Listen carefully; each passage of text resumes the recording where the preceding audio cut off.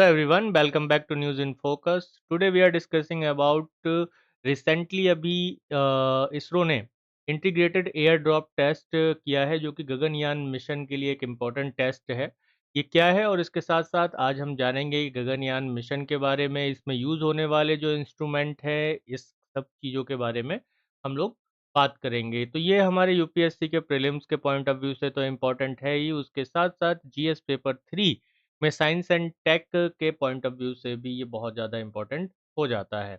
चलिए आगे बढ़ते हैं और ये देखते हैं न्यूज़ में क्यों है। जैसा अभी हमने बस बात किया कि इंडियन स्पेस रिसर्च ऑर्गेनाइजेशन ने first integrated air drop test successfully conduct किया है जो कि गगनयान मिशन के लिए है।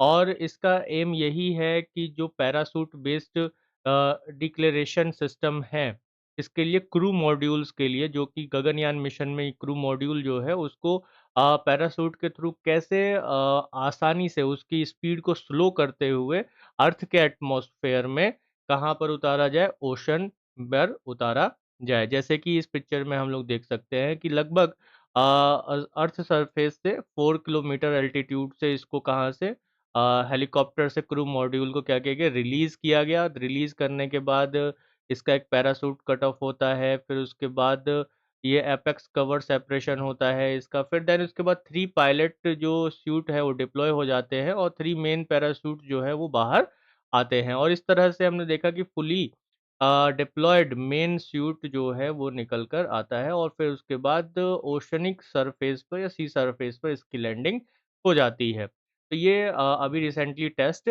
किया गया है और इस टेस्ट में हमने देखा ISRO defence research and development organisation यानी DRDO, Indian air force, navy and Indian coast guard इसमें शामिल थे। गगनयान मिशन के बारे में बात करें तो ये India's first human space flight programme है, जिसका एम ये है कि ये एक 3 एस्ट्रोनॉट नॉट्स के क्रू को लो अर्थ ऑर्बिट में भेजेगा। है ना? कितने ऊँचाई पर होता है लो अर्थ ऑर्बिट, का मतलब ये हो गया कि 400 किलोमीटर की ऊँचाई पर ये भेजेगा फॉर 3 डेज़, है ना? 3 डेज़ के लिए भेजेगा। ये अभी का प्रोग्राम है कि 3 डेज़, लेकिन ये से माना जा रहा है कि आने वाले समय में 5 टू 7 डेज़ भी हो सकता है और इनको रिटर्न जो है सेफ़ली अर्थ पर लेकर आना है। जैसे कि अगर हम इस में देखें तो जो एलवी है यानी लॉन्च व्हीकल है, यहाँ से ये लॉन्च होगा एप्रॉक्स 16 मिनट्स में।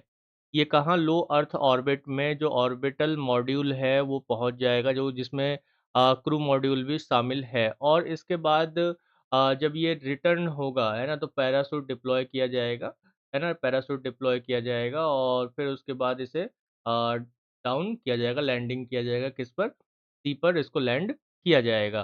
तो ये वाला जो प्रोसीजर है इसका अभी क्या किया गया है, टेस्टिंग किया गया है। जो लास्ट वाला जो प्रोसीजर है ना कि जो क्रू मॉड्यूल है उसको सेफ़ली कैसे लैंड किया जाए, है ना? और उसके लिए जो पैराशूट मॉड्यूल है उसको क्या किया गया है, टेस्ट किया गया है।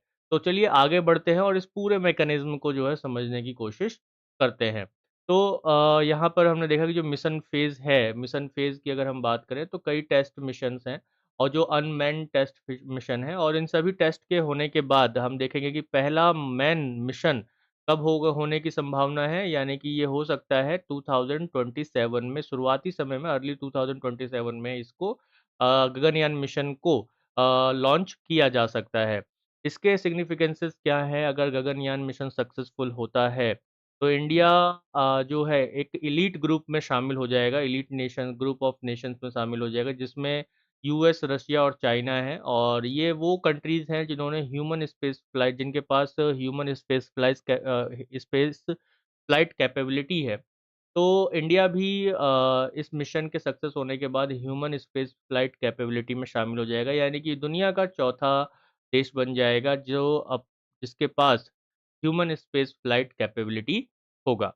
तो इसमें क्या टेक्नोलॉजीज़ लगी हुई हैं क्रू सेफ्टी के लिए अगर हम देखें तो सबसे पहले ह्यूमन रेटेड लॉन्च व्हीकल यानी कि जिससे लॉन्च किया जाएगा, यहाँ अर्थ से लॉन्च किया जाएगा श्रीहरिकोटा से, ठीक है? और ये मॉडिफाई वर्ज़न है इसरो के एलवीएम-3 का, ठीक है? एलवीएम-3 रॉकेट, यानी कि जिसे जीएसएलवी एमके-3 भी कहा जाता है और निक नेम है इसका बाहुबली। है ना? इसका नाम आपने सुना होगा। चंद्रयान 3 इसी से ही लॉन्च किया गया था, तो इसको मॉडिफ़ाई किया गया है ह्यूमन रेटेड लॉन्च व्हीकल की तरह, यानी ह्यूमन के अकॉर्डिंग इसको बनाया गया है। और इसमें इस सॉलिड, लिक्विड और क्रायोजेनिक स्टेज के इंजन्स को लगाया गया है। और इसमें इसको रिकॉन्फ़िगर किया गया है to human rating requirement, humans के रिक्वायरमेंट के अकॉर्डिंग इसको बनाया गया है, दोबारा से इसको मॉडिफ़ाई किया गया है। जैसे इस पिक्चर में अगर आप देखेंगे तो ये आपका ह्यूमन रेटेड लॉन्च व्हीकल है, और जो ये इसका ये ऊपर वाला पार्ट है ना, ये वाला जो एरिया है, ये क्रू एरिया है ना, ये क्रू वाला एरिया है। क्रू मॉड्यूल है जिसमें हमारे एस्ट्रोनॉट बैठकर जाएँगे। ये पूरा जो एरिया है ये क्या है? ये इसका ह्यूमन रेटेड लॉन्च व्हीकल का एरिया है जो फ्लाई करेगा। अगर इसमें देखा जाए तो इस रॉकेट में ऑर्बिटल मॉड्यूल है, जो कि लो अर्थ ऑर्बिट में जाएगा, और क्रू स्पेस सिस्टम है इसमें with high burning rate solid Motors के साथ, जो क्रू को सेफली अलग-अलग इमरजेंसी में बचाएगा भी, और लॉन्च के समय हो या फिर वापस लैंडिंग के समय अगर कोई इमरजेंसी आती है, तो उसमें ये इम्पोर्टेंट रोल प्ले करेगा। जैसे कि अगर आप इसे देखेंगे तो ये गगनयान फ्लाइट का टेस्ट व्हीकल एबॉट मिशन है, जो कि क्रू स्पेस सिस्टम की जो हम बात कर रहे हैं, तो ये क्रू स्पेस सिस्टम है पूरा, जिसमें क्रू एस्केप सिस्टम है ये पूरा, जिसमें क्रू मॉड्यूल जो है ये वाला एरिया है, ठीक है? और ये टेस्ट व्हीकल है जिसको लेकर अभी इस टीवीडी-1 को टेस्ट किया जा चुका है ऑलरेडी 2023 में, 2023 में इसका टेस्टिंग हो चुका है। इसके अलावा अगर हम बात करें तो जो ऑर्बिटल मॉड्यूल है, ये इसमें क्या है ऑर्बिटल मॉड्यूल में? ऑर्बिटल मॉड्यूल किसे कहा जा रहा है? ऑर्बिटल मॉड्यूल उसे कहा जा रहा है दोस्तों, जो कि ऑर्बिट में जाएगा, और ऑर्बिट में जो जाएगा ना, तो वहाँ पर जो है, ये इसमें क्या है ऑर्बिटल मॉड्यूल में, जो ऑर्बिट में जाएगा उसमें क्रू मॉड्यूल है एक। क्रू मॉड्यूल यानी कि जिसमें आप देखेंगे कि ये घर है जिसमें 3 एस्ट्रोनॉट्स हैं, वो इसमें रहेंगे। और एक इसके साथ-साथ अटैच होगा एक सर्विस मॉड्यूल जो लाइफ सपोर्टिंग होगा, और प्रोपल्शन सिस्टम होगा, यानी कि उसमें फ्यूल होगा जो उसको ऑर्बिट में घूमने में उपयोगी होगा, सहायक होगा। यानी कि अगर हम क्रू मॉड्यूल की बात करें तो सीधी-सी बात है, ये हैबिटेबल स्पेस है और इसमें अर्थ लाइक एनवायरनमेंट होगा, और जो प्रेशराइज़्ड इनर स्ट्रक्चर और अनप्रेशराइज़्ड एक्सटर्नल स्ट्रक्चर, इन सब से ये पूरा बना हुआ है। यानी कुल मिला के जो लाइफ सपोर्टिंग सिस्टम है वो इसमें होगा। जैसे इस पिक्चर में अगर आप देखेंगे तो ये पूरा जो है ऑर्बिटल मॉड्यूल है ना, जो 3 एस्ट्रोनॉट्स के लिए बना हुआ है, और ये माना जा रहा है कि 7 डेज़ के स्पेस वर्किंग के लिए, यानी कि स्पेस में 7 दिन के रहने के लिए लगभग इसको बनाया गया है ना? लेकिन अभी हम 3 डेज़ का लेके चल रहे हैं, लेकिन इसको बनाया कितने डेज़ के लिए जा रहा है? 7 डेज़ के लिए जा रहा है। तो ये पूरा क्या है? ऑर्बिटल मॉड्यूल है, और इसमें जो ये ऊपर वाला पार्ट है इसका, ये क्या है? ये क्रू मॉड्यूल है जिसमें एस्ट्रोनॉट रहेंगे, और जो नीचे वाला एरिया है सर्विस मॉड्यूल है, जो कि ऑन रहेगा ऑर्बिट सर्विस में, है ना? जब ऑर्बिट में ये रहेगा तब उसके बाद ये ऑन हो जाता है। इसके बाद अगर हम बात करें तो जैसे सर्विस सपोर्ट है, तो ये सर्विस मॉड्यूल है, ये सपोर्ट करता है किसको? क्रू मॉड्यूल को इन ऑर्बिट। ऑर्बिट में जब वो घूमेगा तो उसके बाद इसको क्या करेगा? सपोर्ट ये करेगा घूमने में, है ना? जो ये सर्विस सपोर्ट है, तो इसमें ही क्या है, प्रोपल्शन लगा हुआ है, और एनर्जी है, फ्यूल है, जो कि इसको आगे की तरफ प्रेशराइज़ करेगा, घूमने में सहायता करेगा। तो ओवरऑल अगर हम देखें तो ती ये सभी टेस्ट किए जाने हैं, ठीक है? ये सभी टेस्ट किए जाने हैं, जिसमें इंटीग्रेटेड एयर डॉप्ट टेस्ट है जो कि अभी रिसेंटली हुआ। टेस्ट व्हीकल मिशन टेस्ट है, तो फिर मिशन है। तो इसको टीवी को टेस्ट किया जा चुका है 2023 में, 23 में, और पैड अवॉर्ड टेस्ट इसको अभी किया जाना है, और इसके साथ-साथ अनमैन्ड फ्लाइट टेस्ट ये भी किया जाना है। देन उसके बाद जब अनमैन्ड फ्लाइट टेस्ट हो जाएगा, तब उसके बाद मैन्ड फ्लाइट होगा फाइनली, जो हम देखेंगे। तो ये इसको टेस्ट किया जाएगा। टेस्ट क्या किया जाएगा? इसको लॉन्च किया जाएगा। इसी में ही क्या होगा कि जो हमारे एस्ट्रोनॉट्स हैं, वो जाएँगे, ठीक है? इसी के साथ ही आगे बढ़ते हैं और देखते हैं कि जब स्पेस एजेंसीज़ ये सभी टेस्ट कर लेगी, तो second uncrewed test flight with a humanoid astronaut, जो कि अनक्रूड मिसाइल टेस्ट फ्लाइट है। जैसे आपने इसमें देखा कि जो अनमैन्ड टेस्ट फ्लाइट है, ये कैसे किया जाएगा? इसमें ये ह्यूमनॉइड एस्ट्रोनॉट के थ्रू किया जाएगा, जिसमें क्या है, बायोमित्रा। ठीक है, बायोमित्रा नाम का जो एक रोबोट है वो इसके साथ जाएगा। Who can speak with ground control, ये ग्राउंड कंट्रोल के साथ बात करेगा और उसमें क्या चीज़ें हो रही हैं और किस तरीके की गड़बड़ी है या स्पेसक्राफ्ट कैसा है, उन सब चीज़ों को बात करेगा। जैसे ये ह्यूमनॉइड है बायोमित्रा। तो ओवरऑल हमने ये देखा कि जो एलवी है ना, ह्यूमन रेटेड लॉन्च व्हीकल, ये यहाँ से लॉन्च करेगा और 16 मिनट में ये ऑर्बिट में पहुँच जाएगा। तो ये पूरा ऑर्बिटल मॉड्यूल है जो हमने देखा। और इसके पीछे जो एसएम लगा हुआ है यानी सर्विस मॉड्यूल लगा हुआ है, वो एक तरह से सोलर को डिप्लॉय करेगा और एनर्जी को क्रिएट करेगा। और यहाँ पर ये पूरा क्या कर रहा है कि आगे हम लोग देख रहे हैं कि ये जो पूरा मॉड्यूल है जिसमें क्रू मॉड्यूल है, ये इसके साथ लगा हुआ है, ये आगे बढ़ रहा है। देन इसके बाद क्या होगा कि जब वापस एंट्री होगी अर्थ सरफेस, अर्थ के किसमें, आपके एटमॉस्फेयर में, एनवायरनमेंट पे, तब हम लोग क्या देखेंगे कि ये दोनों अलग-अलग हो जाएगा ना, एसएम का रीएंट्री होगा, सीएम का रीएंट्री होगा। एसएम अलग हो जाएगा इससे, किससे लगभग जो है 120 किलोमीटर की ऊँचाई पर अलग हो जाता है। ये अलग हो जाएगा, किससे अलग हो जाएगा? एसएम अलग हो जाएगा सीएम से। यानी कि जो सर्विस मॉड्यूल है वो आपके क्रू मॉड्यूल से अलग हो जाएगा और ये आगे की तरफ बढ़ेगा और एयरो ब्रेकिंग तो इसमें लगेगा ही लगेगा, जो कि एयर से लगता है। देन उसके बाद हम देखते हैं कि लगभग 40 किलोमीटर की ऊंचाई से पैराशूट जो है वो डिप्लॉयड हो जाएंगे और फिर उसके बाद ये ओशनिक सरफेस पर या सी सरफेस पर गिरेगा। तो अब ये लॉन्च कहाँ से होगा? तो लॉन्च जो होगा, तो यहाँ पे अगर आपको ये लाइन दिख रही है ना, तो ये इसी चीज़ को दिखा रहा है कि यहाँ पे जो लॉन्च होगा ये श्रीहरिकोटा में लॉन्च होगा और ये इसी तरह से, ये जो आप रास्ता देख रहे हैं ना, स्पेस मतलब एयर का, एयर फील्ड देख रहे हैं, एयर से जा रहा है ये पूरा रास्ता ऊपर आकाश में से, यहाँ से होते हुए जाएगा। देन उसके बाद जब ये रिटर्न होगा तो फिर कहाँ पर ये डाउन होगा?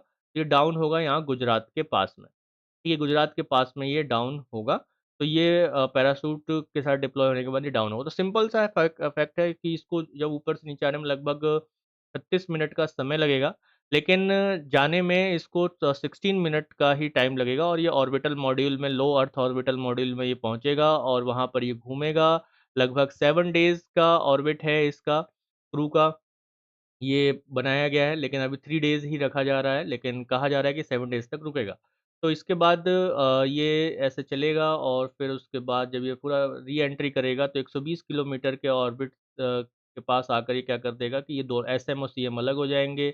फिर सीएम नीचे की तरफ आएगा 40 किलोमीटर की ऊँचाई पर, इस पे पैराशूट डिप्लॉय होने शुरू हो जाएँगे, जैसे कि अभी हमने टेस्ट किया है। तो आई होप ये आपको पूरा सीक्वेंस समझ में आ गया होगा कि मिशन गगनयान किस तरह से होने वाला है और इसमें जो इंस्ट्रूमेंट लगे हुए हैं वो कौन-कौन से इंस्ट्रूमेंट लगे हुए हैं और इसी इंस्ट्रूमेंट से क्वेश्चंस अक्सर यूपीएससी पूछता रहा है।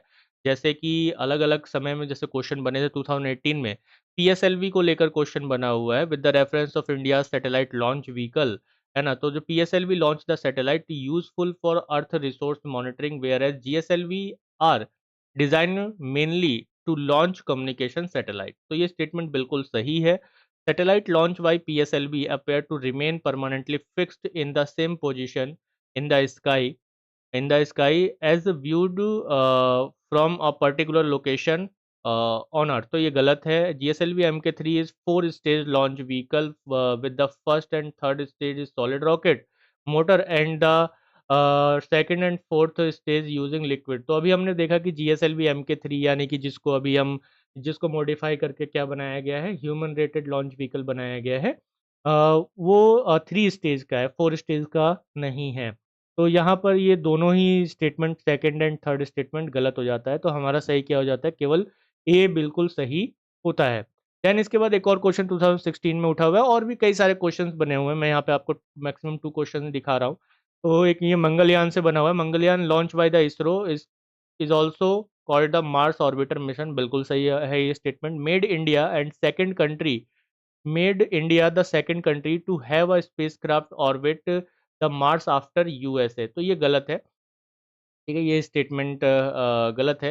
इंडिया 4th नेशन है, तो यूएसए के बाद बोला है इसने, तो ऐसा नहीं है।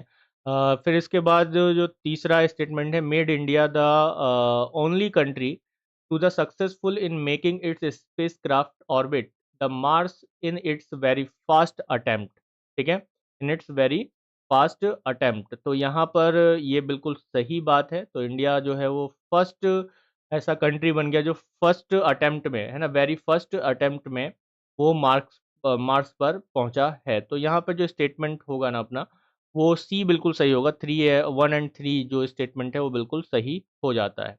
तो thank you everyone, thank you very much. मेरा नाम त्रिभुवन जे सिंह है। आप मुझे इंस्टाग्राम पर भी फॉलो कर सकते हैं। चैनल को सब्सक्राइब करना ना भूलें और इतनी इंपॉर्टेंट वीडियो अपने दोस्तों के साथ शेयर करना ना भूलें। ये वीडियो आप लोगों को कैसी लगी प्लीज़ कमेंट में अपने रिव्यूज़ ज़रूर दीजिए और इसके साथ साथ शेयर ज़रूर कीजिए। तो वंस अगेन थैंक यू, जय हिंद।